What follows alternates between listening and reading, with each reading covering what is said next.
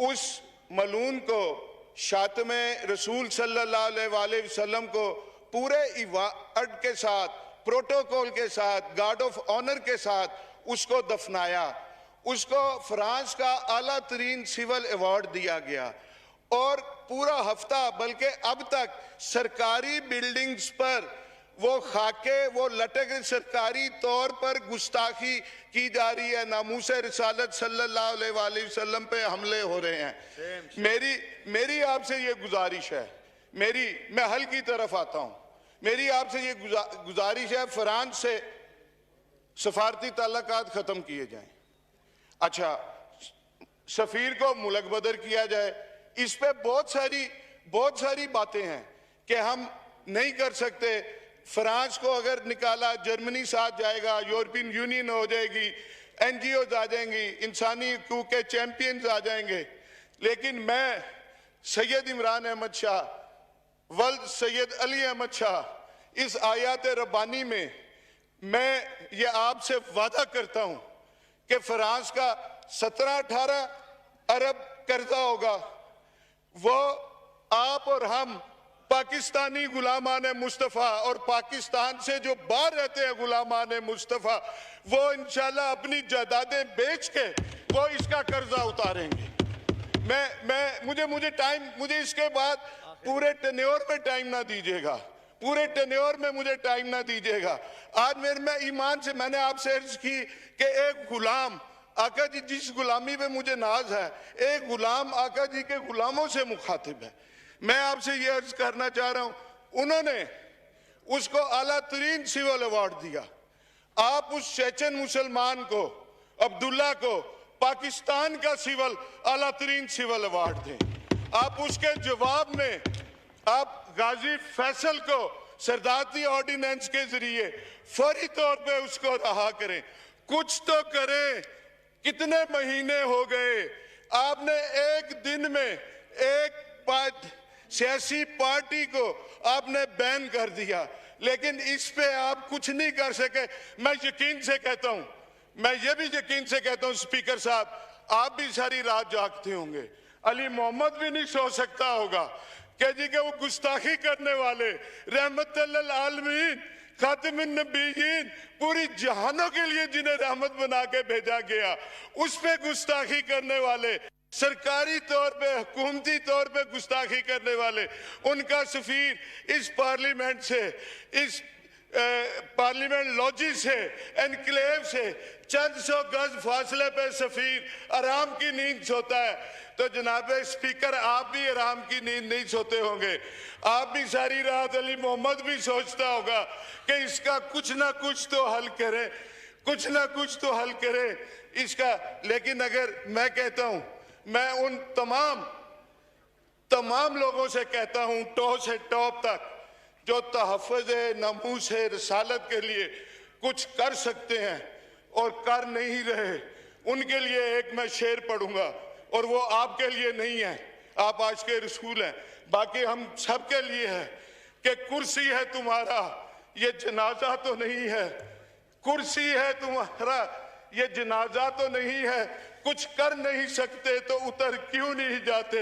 हम तहफ़्फ़ुज़ नमूस रिसालत के लिए अगर कुछ नहीं कर सकते तो हमें अपने ओहदों पे रहने का हमें कोई हक नहीं। मैं एक बात जी अवाम के लिए, एक जी मैं हल बताना चाह रहा हूं। मैं जी, एक तो इंटीरियर मिनिस्टर साहब आए और इसकी मुश्तरका पार्लिमानी कमेटी बने कि जो ये वाक़यात हुए, ये टीएलपी बनी कहाँ से, इस्तेमाल कहाँ से हुई, कैसे हुआ, ये सारा होना चाहिए।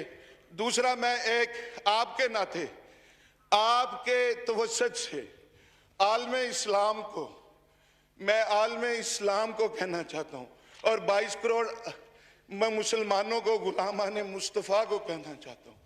मेरे से बात नहीं हो पा रही जनाब स्पीकर। मैं आपकी बात समझ गया जो आप कहना चाहते हैं। नहीं, आप सुन ले मेरी ये बात कि गुस्ताखी स्कैंडिनेविया में होती है, गुस्ताखी फ्रांस में होती है, गुस्ताखी अमेरिका में होती है। हम इधर एहतजाज करते हैं, अपनी अमलाक का नुकसान करते हैं, हम अपने बंदे मारते हैं, हम अपने वो चिंची रिक्शा कल परसों किसी का जला, उस गरीब का क्या कसूर था? हमें पुरतशद्दद एहतजाज नहीं करना, हमें पुरअमन एहतजाज करना है। और करना क्या है ये मैं अवाम को बता रहा हूँ, मुस्लिम अम्मा के आगे हाथ बांध के ये अपील कर रहा हूँ। गुस्ताखी उधर हो, इधर ये क्या करें कि अपने बच्चों में से या अपने बहन भाइयों में से एक बच्चे का अहद कर लें कि इसको कुरान की तालीम देंगे, इसको हाफिज़ कुरान बनाएंगे, इसको दीन मोहम्मदी की तालीम देंगे, आलमे दीन बनाएंगे। और अपनी इस बात की मेरी सिर्फ 3 minute, just 3 minute total time है जी, अभी टाइम खत्म हो जाएगा। मेरी बात प्लीज जी, प्लीज सुन ले। मैं अपनी इस बात की करने के लिए एक बगदाद शरीफ का एक मैं हकायत में सुना देता हूँ अपनी इस बात की तकरीर के हम आलमे दीन बना के किस तरह गुस्ताखियाँ रोक सकते हैं। हम ऐसे रोक सकते हैं कि बगदाद शरीफ था, मेरे गौसल वरा का शहर था, उधर सख्त सर्दी थी, तूफानी बारिशें थी। एक ज़ईफ नबीना बाबा जी फजर की नमाज मस्जिद में बाजुबात पढ़ना चाह रहे थे। उन अपने पोतों वाले थे, बच्चों वाले थे, नहीं कोई नहीं बच्चे कहने लगे बाबा जी नमाज फजर घर पढ़ लें, मस्जिद में नहीं जाना। वो ज़ईफ नबीना बाबा जी अपनी स्टिक पकड़ के घर से निकले, गलियों में पानी था, मस्जिद पहुंचे, गिरते फटते ठुड्डे खाते हुए वो मस्जिद पहुंचे और जख्मी हुए लहूलुहान हुए ब्रूजेस पड़े हुए, और नमाज पढ़ी बाजमात, कोई नमाजी उन्हें घर छोड़ गया। अगले दिन फिर ऐसे ही तूफानी बारिशें, सख्त सर्दी, वो बाबा जी ने स्टिक उठाई, बच्चा कोई मस्जिद छोड़ने को तैयार नहीं। बाबा जी घर से निकले तो एक शख्स ने उसका बाजू पकड़ लिया। उस बाबा जी नबीना को बहुत एहतियात से, बहुत हिफाजत से मस्जिद तक ले गया, कहीं कुछ तकलीफ नहीं होने दी, आराम से ले गया। जब वो मस्जिद छोड़ा तो बाबा जी ने पूछा है खुदा के बंदे अपना तारुफ तो करा दे, अपना नाम तो बता दे। उसने कहा मेरा नाम है अबलीस। उसने कहा है? बाबा जी की वो खुशी परेशानी में बदल गई। उसने कहा ये अबलीस ने, शैतान ने कब से काम शुरू कर दिया नमाजियों को मस्जिद पहुंचाना। उसने कहा कल जब तुम आए थे ना गिरते पड़ते लहूलुहान होके, अल्लाह को तुम्हारी ये दुआ पसंद आई और अल्लाह ने एक नमाज फजर के सदके तुम्हारी सारी जिंदगी की नमाजों का स्वाब तुम्हें दे दिया, कबूल कर ली। और थैंक यू जी, मैं ये कह रहा हूँ कि अब हम जब अपने ये करेंगे, नंबर वन, मैं आपकी बात एक मिनट, सिर्फ एक मिनट, मैं फिर वो 3 सिर्फ एक minute, just 1 minute, wind up please. क्या हम ये अपना अगर ये करेंगे, अगर हम बच्चों को पढ़ाएंगे, कुरान की तालीम देंगे, हम हाफ़िज़ कुरान बनाएंगे, आलमे दीन बनाएंगे, तो अमेरिका और ये फ्रांस ये कहेंगे गुस्ताखियों को खुद रोकेंगे। गुस्ताखी ना करना, अब के 10 लाख की बजाय 20 लाख बच्चे हाफिज बन गए हैं। ये तो दीन मोहम्मदी के करीब होते जा रहे हैं।